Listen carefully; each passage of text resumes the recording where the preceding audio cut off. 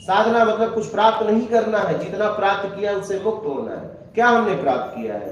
राग, द्वेष, मोह, आसक्ति, इच्छा, अपेक्षा, मेरा, कर्ता का भाव, मान की इच्छा, योग्यता से ज्यादा पाने की इच्छा, दिखावा, बड़ा छोटा बनने की इच्छा, छल, कपट, चोरी, बेईमानी, चापलूसी, मक्कारी, धूर्तता, पाखंड, इससे मुक्त होना है। ये हमने प्राप्त किया, ये हमने प्राप्त किया, इससे मुक्त होना है।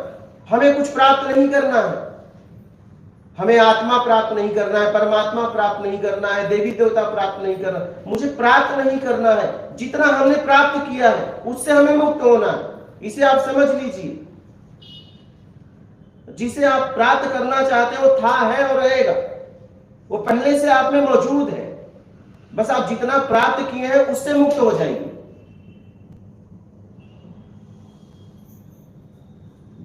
मुझे प्राप्त नहीं करना है, मुझे जितना प्राप्त किया है वो छोड़ना है, उससे मुक्त होना है। हमने क्या प्राप्त किया है? कर्म करते हुए छल, कपट, चोरी, बेईमानी, चापलूसी, मक्कारी, धूर्तता, पाखंड, राग, द्वेष, मोह, आसक्ति, इच्छा, अपेक्षा, मेरा, कर्ता का भाव,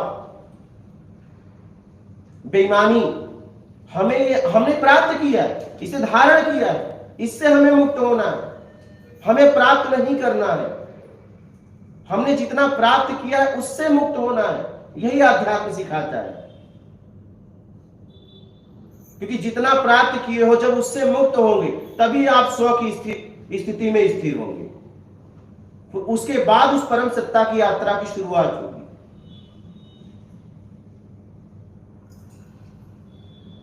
अभी आपको यात्रा करना है इस सबसे मुक्त होने के लिए। अभी तो आत्मा परमात्मा की बात ही मत करो, कोई मतलब ही नहीं, क्योंकि शब्द, दृश्य, गंध, रस, स्पर्श से परे है वो, तो उसकी क्या चर्चा करना?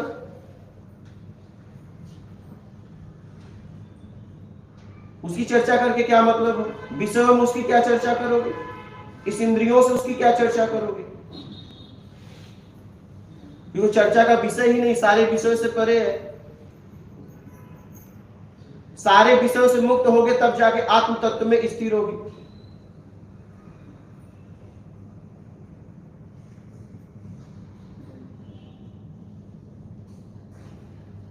तो प्राप्त नहीं करना है, जितना प्राप्त किया है उससे मुक्त होना है, तब आप अपने स्व में स्थिर हो पाएंगे।